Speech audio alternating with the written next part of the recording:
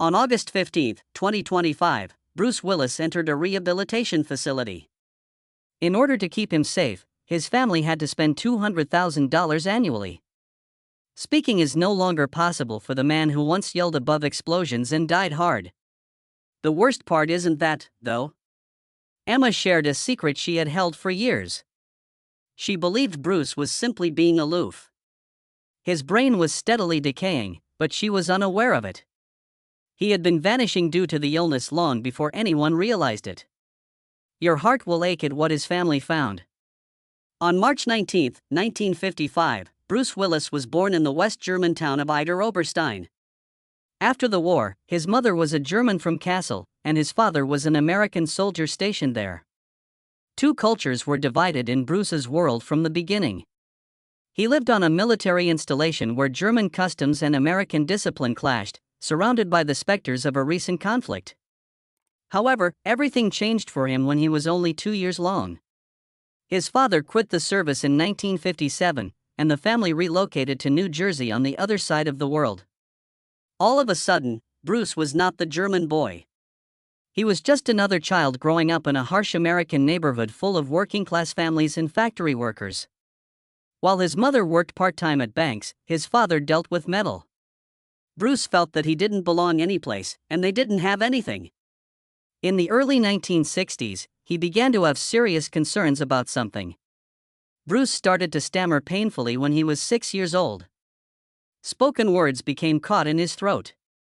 Nothing he tried to say came out correctly. Children made fun of him and called him Buck Buck, which was a derogatory moniker.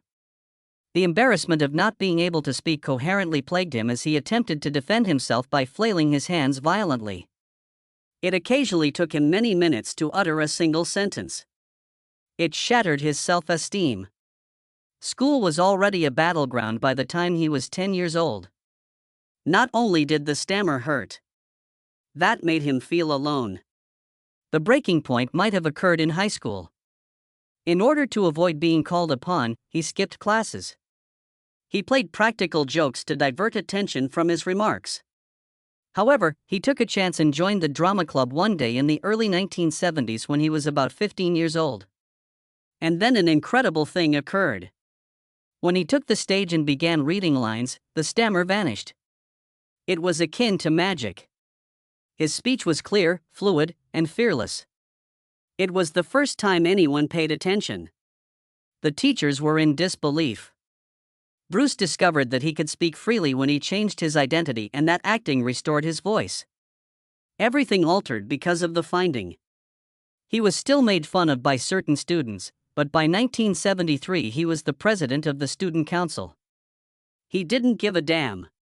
He felt alive because he had discovered something.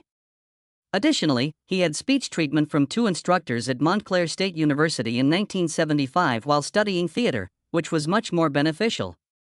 Bruce, however, had become weary of school by 1977. He decided to pursue something greater, so he dropped out and moved directly to New York City. He had little money and no contacts, so he had to work long hours as a bartender to make ends meet. He had to sleep in small apartments or crash on couches at times. However, he made people chuckle. He got to work by skate. He tinkled on the harmonica. The tavern became a stage because of him. The years were difficult and chaotic. In his first year, he was rejected more than 100 times. Over time, however, he began to get parts in off-Broadway productions. In the 1977 drama Heaven and Earth, he played his first significant role. Despite the lack of funds and the frequent rejection, he persisted. In times of crisis, he was forced to sleep on benches. However, others began to take notice of him. He landed tiny commercial jobs, cameos in movies, and finally a cameo with Frank Sinatra in 1980. But one night while working as a bartender, he got into a fight while attempting to defend someone. He had a severe fractured nose. He required immediate surgery. Despite the doctor's warnings that the damage would affect his voice, he healed. He returned a harsher. Because the scar remained, he had an advantage. Nobody could have predicted that he would go on to become one of the world's most well-known action stars. However, in those little, failing New York taverns, he created something more resilient than notoriety. Friendships he forged would endure for decades. At Chelsea Central, he met John Goodman behind the counter. The two of them performed impromptu, crazy plays that astonished small audiences.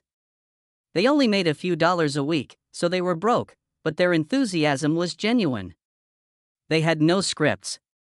They sobbed and yelled and plunged themselves into the action.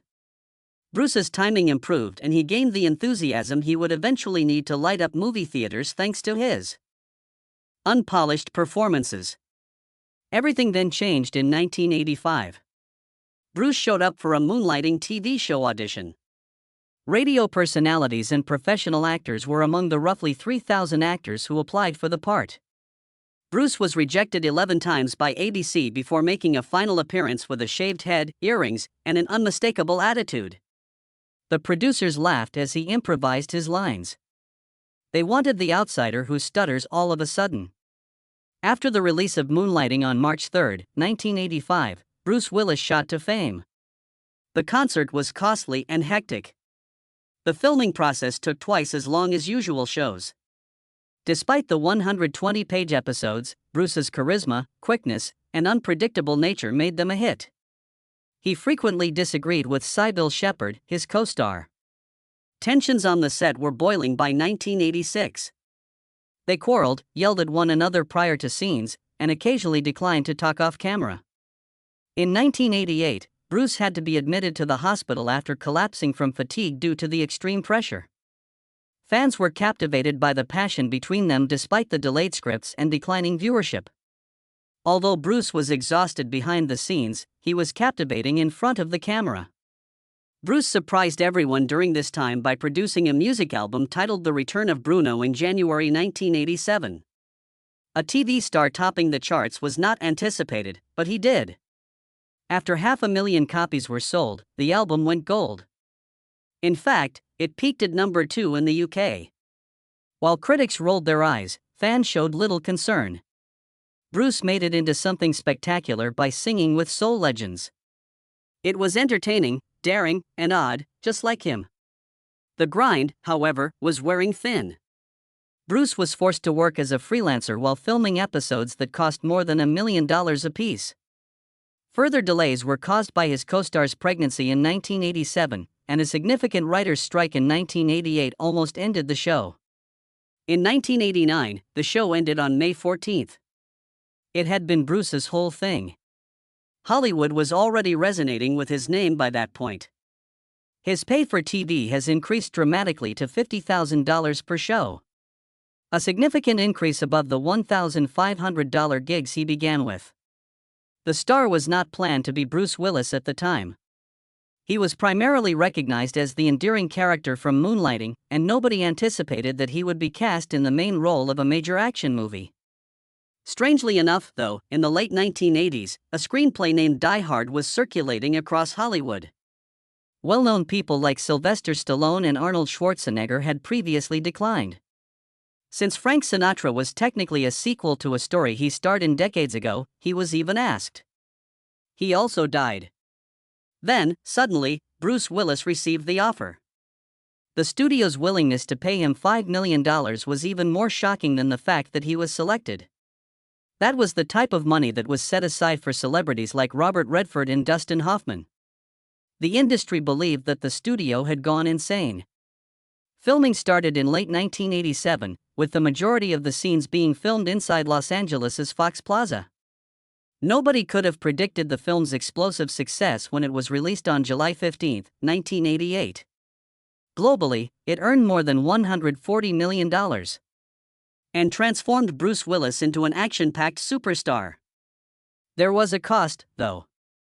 A thunderous blast that occurred too near him during one of the numerous explosive stunts left him permanently partially deaf. At the time, he kept it private to avoid interfering with production. However, it turned out years later that the injuries never completely healed, and it was one of the health problems that plagued him into the 2000s. Nevertheless, his relatable and rugged energy transformed everything for John McClane. He didn't have a superhuman appearance. He was adored by everyone because he appeared to be an ordinary man stuck in an awful circumstance. A year later, Bruce took an unexpected action. He agreed to play the voice of a talking infant in the film Look Who's Talking. The notion itself was the surprise, even though it seemed like a joke. It was his rightful reward. He received $10 million for just 4 days of voice work. The cause? A good bargain that allowed him to keep a portion of the earnings. Despite costing less than $10 million to produce, the film generated nearly $300 million globally. With its charm and humor, his voice became popular with families worldwide. The film was made into a franchise. And the sequel brought him an additional $10 million. It became clear to everyone that he wasn't simply lucky. And he was intelligent. Then he made an entirely new attempt. In Country was published in September 1989. The story of a Vietnam veteran who lives in a small village was gradual and heartfelt. Bruce wore the role with silent agony and acquired a mustache. In the Korean War, his own father served. Perhaps that added to the performance's authenticity. Critics found it appealing. It was rated 3 stars by Roger Ebert. But there were no audiences. The film only brought in a few $1 million. However, it demonstrated that Bruce was not scared to take chances, even if it meant avoiding another blow. He was back in full swing by 1990. July 4th marked the release of Die Hard 2. Bruce recognized his value this time. He received a portion of the revenues in addition to $7.5 million up front. The global box office receipts for the film exceeded the original by more than $240 million. He argued with the director behind the scenes over reality. He was against ludicrous stunts. He desired for the danger to seem genuine. His concern for the small things and that same attitude continued to advance his profession. In 1995, when the third film was released, his pay had increased to $15 million. He touched certain things, but not all of them turned to gold. The late 1990 release of the Look Who's Talking sequel was a failure. Critics criticized it and it only made $47 million. In just 3 days, Bruce had recorded all of his lines, although he later acknowledged that the screenplay wasn't complete. He even filed a lawsuit against the creator, asserting that a $2 million profit-sharing payment was due to him. The case, however, was dismissed. It served as a reminder that success that lasted wasn't always correlated with quick money. Then a pivotal moment occurred. Then came Pulp Fiction in 1994. Bruce was chosen by Quentin Tarantino to play the role of Butch, a boxer who declines to fight. Not everything of his career was revitalized by the film. He was viewed differently as a result. Grittier, authentic and risk-taking. He received far less than his typical salary for the role, only $800,000. He was unconcerned, though. The plot was the focus. After earning more than $200 million, the movie won an Oscar for Best Original Screenplay. Additionally, despite not being nominated, Bruce's reputation as more than just an action guy finally gained recognition. He put up considerably more effort the following year. In the late 1995 film 12 Monkeys, he portrayed a shattered guy from a post-apocalyptic future. He shed 20 pounds for the part. To get ready, he went to mental health facilities. Additionally, while performing a stunt for the movie, he broke his shoulder. Nevertheless, he continued. In addition to earning 2 Oscar nominations, the film made approximately $160 million. No nomination for Bruce again. His passion for the role was undeniable, though.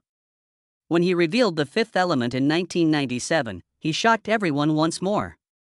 It was vibrant, chaotic, futuristic, and wild. Bruce portrayed the last chance for Earth, a cab driver. At a record-breaking over $90 million, the film made over $260 million. Bruce performed his own tricks. I detested the tight orange vests he wore. But it all came together somehow. The film became a cult favorite. Then, in 1998, Bruce starred in the massively successful catastrophe film Armageddon. He portrayed the strong oil driller Harry Stamper, who was dispatched to prevent Earth from being destroyed by an asteroid. After its July 1 release, the picture earned over $583 million worldwide, making it the year's top earner. However, behind the scenes, things were difficult. Director Michael Bay and Bruce argued over portions that were omitted, especially the touching family times. Following an argument with producer Jerry Bruckheimer, he later claimed that the filming was a misery. Bruce did, however, create the film's most poignant scene, the sad farewell, which made the film more relatable to viewers. Bruce received a Razzie for Worst Actor in 1999, which is an odd turn of events for such a big hit, even if the movie had 4 Oscar nominations. Bruce's private life was also in the news in 1987.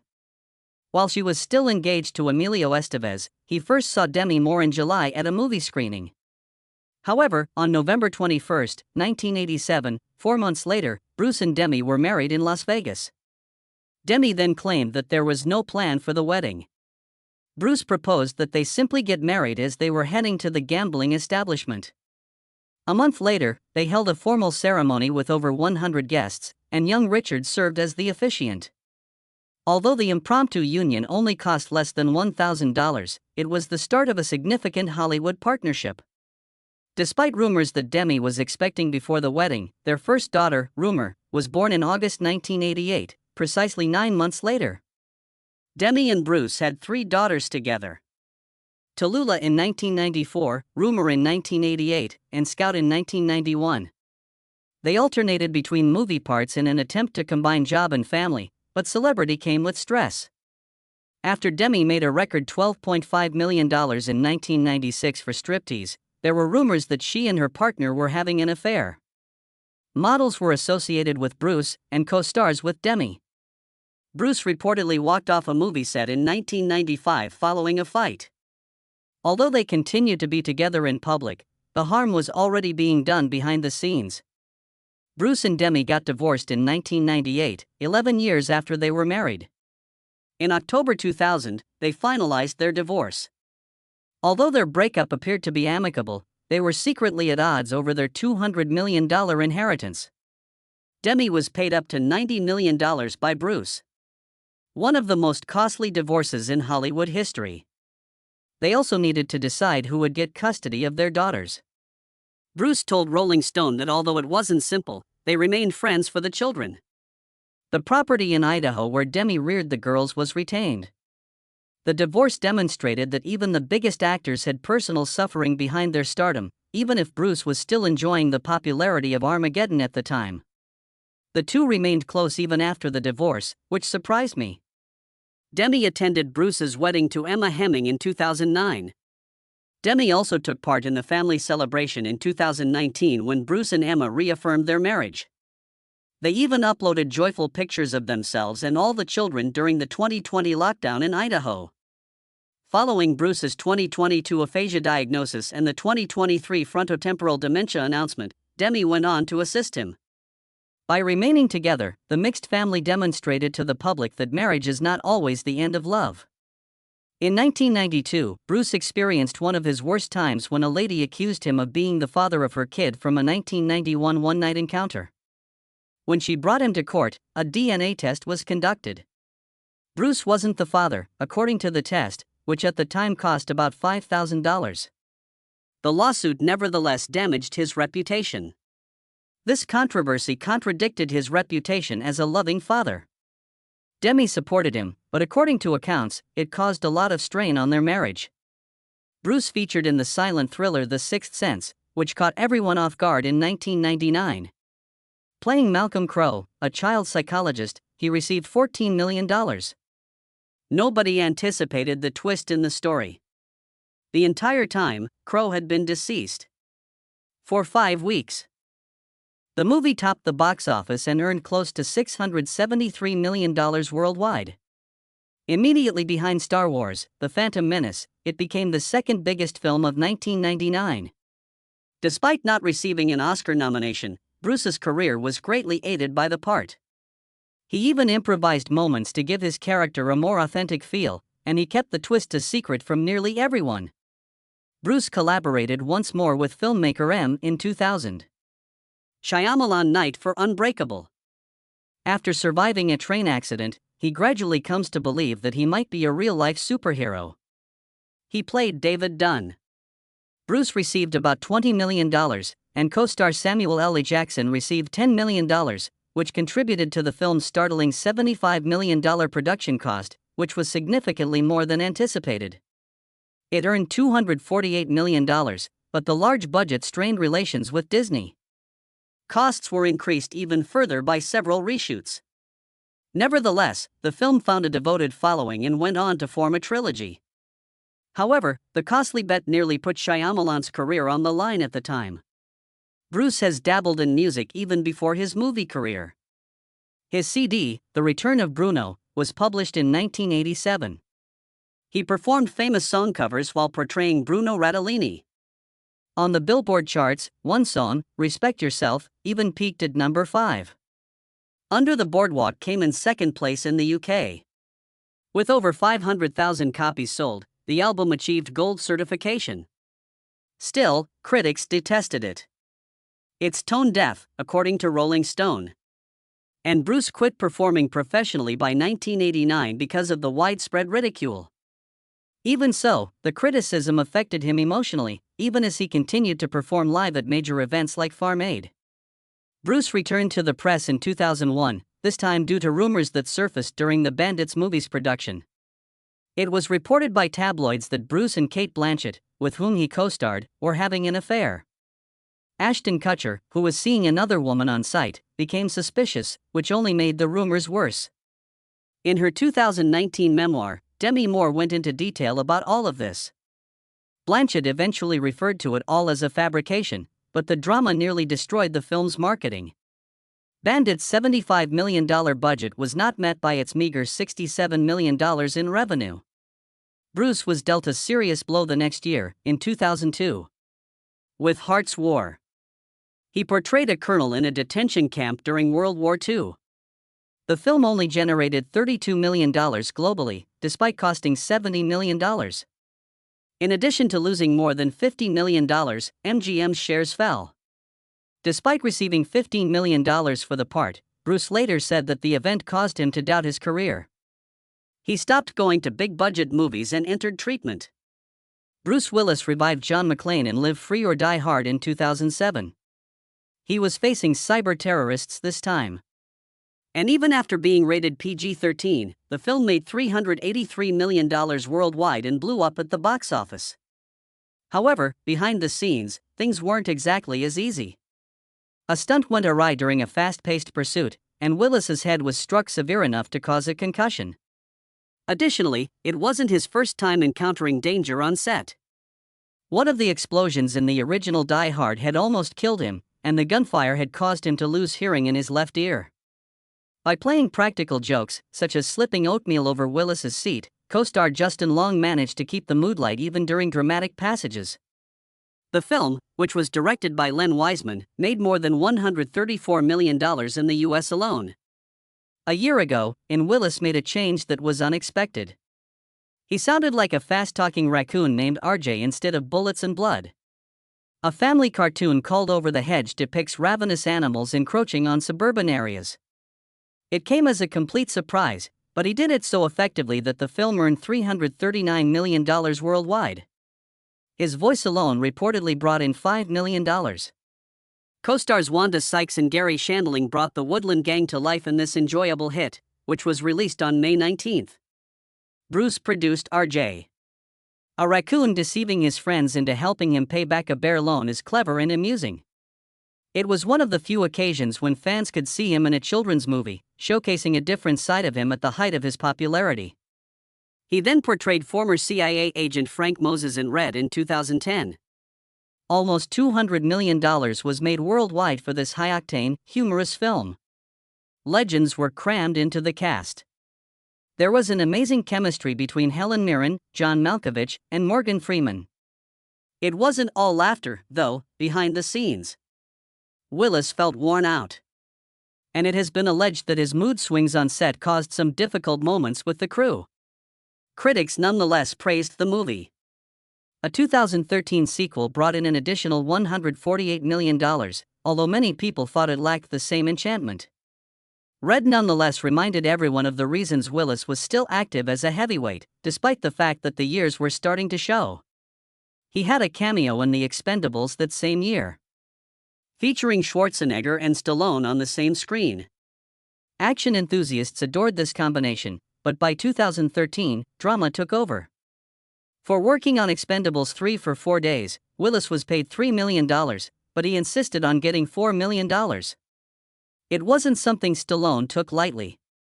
He accused him in public of being lazy and greedy. Harrison Ford was chosen in less than 72 hours to take his place. News outlets covered the fallout. Nevertheless, despite Willis's little involvement, the 2010 original movie earned $274 million and was a memorable one. Ironically, his other 2013 movie, 2, earned $80 million, proving that the alleged greed may have only been a matter of bargaining, but the harm had already been done. By 2015, things were different. Willis was making appearances in a ton of action films that were straight to video and had cheap budgets. He portrayed the owner of a resort featuring lifelike androids in Vice, one of them. Although it attempted to be futuristic, a la Blade Runner, critics detested it. When it was released in January, it hardly caused a stir and was criticized by critics for being sloppy and uninteresting. Behind the scenes, people began to notice that he was working on up to 5 of these kinds of movies annually. It felt like a hollow performance. His radiance was waning. It also made sense when his family disclosed in 2022 that he had been battling aphasia, a brain disorder that affects language. These positions weren't driven endeavors. They were clues. A problem existed. Life, however, had its own twists away from the cinema. He married British beauty Emma Hemming in 2009, shocking everyone. 2 years prior, they had met on the set of Perfect Stranger. Despite the 24-year age difference, she was 30 and he was 54, they were married in a private ceremony on March 21 at his Turks and Caicos house. There were Demi Moore and their daughters. They formally announced their decision in Beverly Hills a few days later. With all 5 of their daughters there, they reaffirmed their vows on the same beach 10 years later. It was lovely, serene, and a second opportunity at something stable. 2015 saw an attempt by burglars to break into their ranch in Idaho, shattering their tranquility. It was a terrible break-in, but it was halted. Immediately, security was improved. The cost of the gates, cameras, and armed guards is almost $500,000 annually. Even worse, one of the males was found in possession of private images of the Willis family. It wasn't coincidental. It had been targeted. Known for his unwavering character on television, Willis subsequently underwent private defense instruction. Their outlying ranch started to resemble a stronghold. It appeared that there was a cost to fame. His life wasn't without its terrible moments. In 1989, Willis was detained at his Hollywood Hills residence while under the influence of moonlighting. After drinking, he shoved one of the police officers when they arrived at a boisterous party. He had a broken collarbone from skiing, was intoxicated, and was shirtless. It served as a wake-up call, but charges were dropped following community service. In his 2018 memoir, he revealed his struggles with drinking, including bar fights and blackouts. He attributed the change in his life to Alcoholics Anonymous. The extent to which it had all been concealed startled admirers. Underlying his calm, assured on-screen persona, Bruce then did something that no one anticipated in 2020 during the COVID lockdowns. Along with Demi Moore and their 3 grown daughters, he was placed under quarantine at her Idaho home. Emma remained in Los Angeles with their younger daughters after Evelyn suffered a foot injury in a park accident. Bruce and his ex-wife shared a home for a few weeks, uploading family photos, playing games, and dressing alike. It was unreal. Despite the tense atmosphere, they demonstrated that love is not necessarily terminated by divorce. On their pictures, Emma even wrote kind remarks. By the time Bruce did return home, it was already one of the pandemic's most viral moments. Then everything changed in March 2022. Bruce's family said in a statement that he was walking away from acting right now after receiving an aphasia diagnosis. His age was 67. The news was really upsetting. Suddenly, all of those odd performances in the latest movies made sense. Due to his speaking difficulties, he occasionally had to use body doubles or earpieces. He was confused, so some filmmakers had to shoot around it. It broke the heart of an actor who once controlled the screen with a single glance. By February 2023, the situation worsened. It had developed into frontotemporal dementia, a rare and incurable illness that gradually impairs personality, language, and mobility, according to doctors. It wasn't him, but Emma subsequently said she felt he had simply grown aloof. It was the illness. His formerly exuberant charisma started to wane. His steps slowed. He hardly said anything. Bruce moved out of his family's primary home and into a special care facility on August 15, 2025, which was close by. It was the hardest decision of my life, Emma said. Mabel and Evelyn were just 11 and 13 years old, respectively.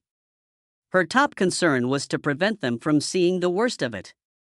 The new house was staffed around the clock and cost over $200,000 annually. Nonetheless, the family made frequent visits, laughing and eating together when they could. But Emma acknowledged that it felt as though everything had fallen apart. By mid-2025, Bruce was unable to communicate. Now, the man who used to yell lines over explosives in Die Hard spoke with gestures and seldom facial expressions. But occasionally, just occasionally, he would chuckle. The same loud, indiscernible laugh. Or a song from his 1987 album, The Return of Bruno, would play, and his eyes would light up. Only a handful of those moments per week were so precious. They served as a reminder, nevertheless. A legendary voice in Hollywood had gone silent. Oh no.